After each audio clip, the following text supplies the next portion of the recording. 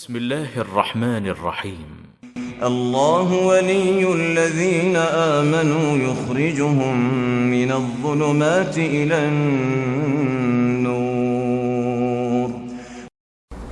نحمده ونصلي على رسوله الكريم اما بعد. معزز ناظرین کرام، السلام علیکم ورحمۃ اللہ وبرکاتہ. آپ دیکھ رہے ہیں نو ٹی وی جدہ اور میں ہوں محمد عاقل. وائس میسج کے ذریعے سوالات پیش کیے جاتے ہیں. پاکستان سے سوال آیا ہے. آپ بھی اگر اپنا سوال ہمیں دنیا کے کسی بھی ملک میں آپ بستے ہوں تو اس نمبر پر واٹس ایپ کر دیجئے. آج کا سوال. السلام علیکم. وعلیکم السلام. میرے پاس ایک پوسٹ آئی ہے، اس میں لکھا ہے کہ ایک عمل ہے جس سے کرنے سے تمام حاجات پوری ہو جاتی ہیں، اللہ تعالیٰ قبول کرتے ہیں وہ دعا. ماشاءاللہ. کچھ اس طرح سے ہے عمل کے 11 مرتبہ درود ابراہیمی پڑھیں اور پھر 11 مرتبہ ہی سورہ مائدہ کی آیت نمبر 114 پڑھیں اور پھر 11 مرتبہ درود ابراہیمی پڑھ کر آسمان کی طرح ہو کر کے پھونک مار دیں اور اللہ تعالیٰ سے اپنی حاجت طلب کریں تو انشاءاللہ حاجت پوری ہوگی. اور شروع کرنے سے پہلے اس عمل کی سب کو اجازت ہے، شروع کرنے سے پہلے 11 مرتبہ درود 10 مرتبہ درود ابراہیمی پڑھ کر کمنٹ باکس میں اللہ اکبر لکھتے ہیں. آپ مجھے بتائیں کس حد تک درست ہے؟ جزاک اللہ خیرا. وجزاک اللہ خیرا. میں نے جب یہ سنا تو میں اپنی ہنسی کو نہیں روک پایا. جیسا کہ آپ نے دیکھا محترمہ بھی جب اس کو بیان کر رہی ہیں تو ان کو بھی وہ اپنے جذبات پر قابو نہیں کر پائیں اور ہنس دی ہیں. اللہ تعالیٰ آپ کو ایسے ہی ہنستا اور مسکراتا رکھے. اور جو ہنسا ہے اس آڈیو کو سننے کے بعد اور اس ایک عجوبے ذکر کو سننے کے بعد، اللہ تعالیٰ آپ کے چہرے کو ایسے ہی مسکراتا اور مبارک رکھے. اور جو نہیں ہنس رہا ہے اس کو بھی اللہ ہنسنے کی توفیق عطا فرمائے. مسکراتے رہا کیجیے.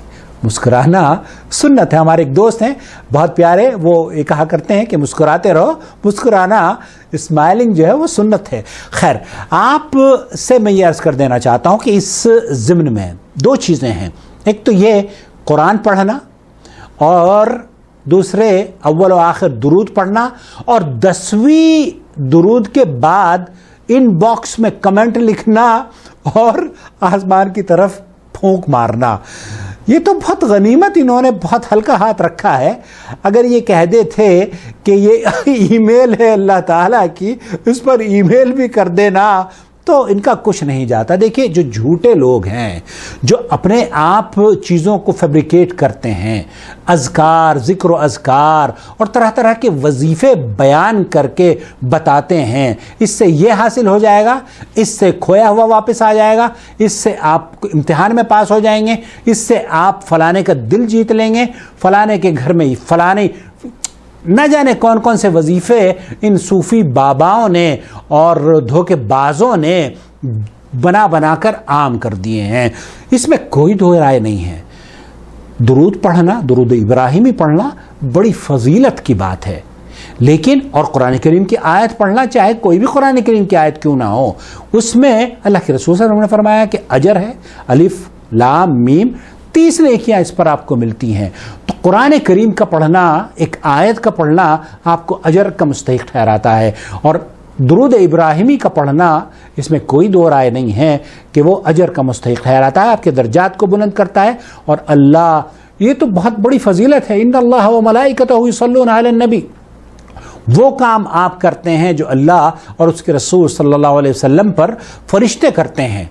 تو آپ تو اللہ رب العالمین کے حکم پر عمل کر رہے ہیں اس کام کو کر کے. لیکن بعض ایسے اعمال ہوتے ہیں جو کہ خود کیے جاتے ہیں اور وہ قابل قبول نہیں ہوتے. اسی لیے اللہ کے رسول صلی اللہ علیہ وسلم نے فرمایا ہے، من عمل عملا، کوئی اگر ایسا کام کرتا ہے لیس علیہ امرنا، اس پر ہمارا حکم نہ ہو، فہو مردود، تو پھر وہ مردود ہے، وہ قابل قبول نہیں ہے. تو اس طرح کی جو باتیں یہ لوگ شیئر کر رہے ہیں، آسمان میں پھونکنا اور 10 مرتبہ کمنٹ میں لکھ دینا یا کمنٹ کے آخر میں بھی یہ کرنا اور اس پر کسی کو کوئی بندش بھی نہیں ہے. ہمارے ایک بابا بھی ہیں, آپ نے آئی ایم شیور ان کی گفتگو سنی ہوگی, وہ کہتے ہیں کہ جناب میں فلانی جگہ سے بھیج رہا ہوں یہ ذکر, اور آپ کو بھی اس وقت تک آپ اس سے فائدہ نہیں پہنچ سکے گا آپ کو جب تک کہ میری طرف سے آپ کو اجازت نہیں ہوگی. تو اجازت نبی کریم صلی اللہ علیہ وسلم کا جو دین ہے اس میں آپ کو پہلے ہی سے اللہ رب العالمین نے اجازت دے دی ہے, پہلے ہی سے اللہ تعالیٰ نے آپ کو یہ فرما دیا ہے کہ بلغوا عنی ولو آیا, اللہ کے رسول صلی اللہ علیہ وسلم نے فرما دیا ہے.